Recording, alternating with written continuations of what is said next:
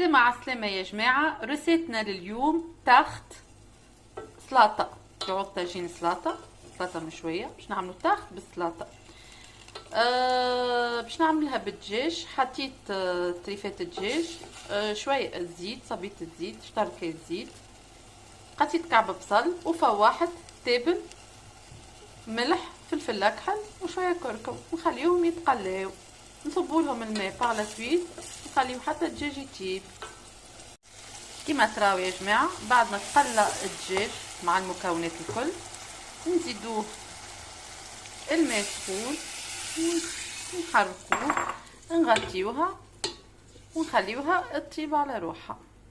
بالنسبه للبات سابلي يا جماعه، خدينا 150 غرام فرينه سولون المول تنوريهولكم بعد، عليه 75 غرام زبده مقصوصه دي كوب، ونخلطوها هكا في بعضها.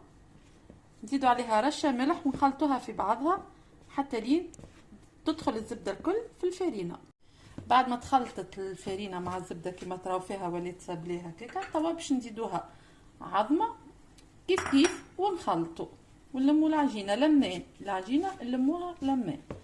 بعد ما تتلم العجينه لمين هكاكا، نزيدوها نقطه حليب، شويه حليب شويه بركه جوست باش يلمها. هاي هاكم تراو يا جماعه. بعد ما حطينا لها العظم خلطناها وحطينا لها شويه حليب اللي جوست يلمها لمين. راهو ديما نقول لمين مش عجنين. نخليوها هكاكا نلموها الكل مع بعضها، نلفوها في بابي سيلوفان ونخليوها ترتاح في الفريجيدير. هاي يا جماعه هذه البات بعد ما خرجناها، بعد ما ارتاحت خرجناها من الفريجيدير. توا باش نحلوها بالقلقال، نحلوها جيده ومن بعد نفرشوها في الطبق بيركس، طبق نتاع المول اللي باش نطيبوا فيه الطاخت نتاعنا. هاكا يا جماعه البات حليناها هاكا الخشن نتاعها، وتوا نحلوها. حطيناها كيما قلت لكم في المول، نقعدوا نندلوا عليها بالكدا بالكدا بصبعنا حتى لين تلصق بالكدا في ما نخليوش هواء من اللوط.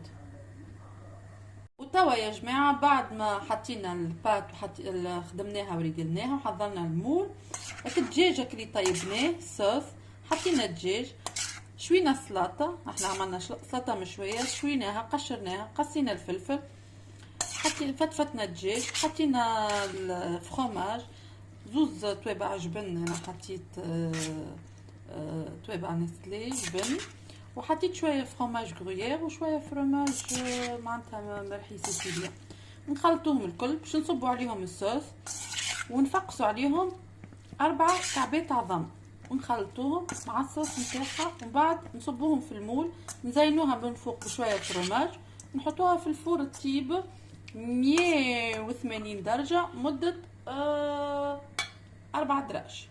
وهكا يكون الخليط يا جماعه. بعد ما حطينا له العظم وخلطناه وحطينا له الصوص كما قلت لكم يتشبه شويه للطاجين. طيب باش نصبوه في المول نتاعنا ونحطوه في الفور مده كما قلت لكم على 180 درجه مده ما يفوتش نص ساعه. انت عينك ميزانك يا حمار سولون كل خاطر كل فور وكيفاش. يا جماعه هاي التارت نتاعنا بعد ما خرجناها من الفور. ان شاء الله نقصها من بعد وتشوفوها، وان شاء الله تجربوها وتعجبكم. التارت نتاعنا طابت يا جماعه، هاكا قصيناها. ان شاء الله تعجبكم، ان شاء الله تجربوها كما قلت لكم. البنا ما نحكي لكش نودكم وما نشهيكم.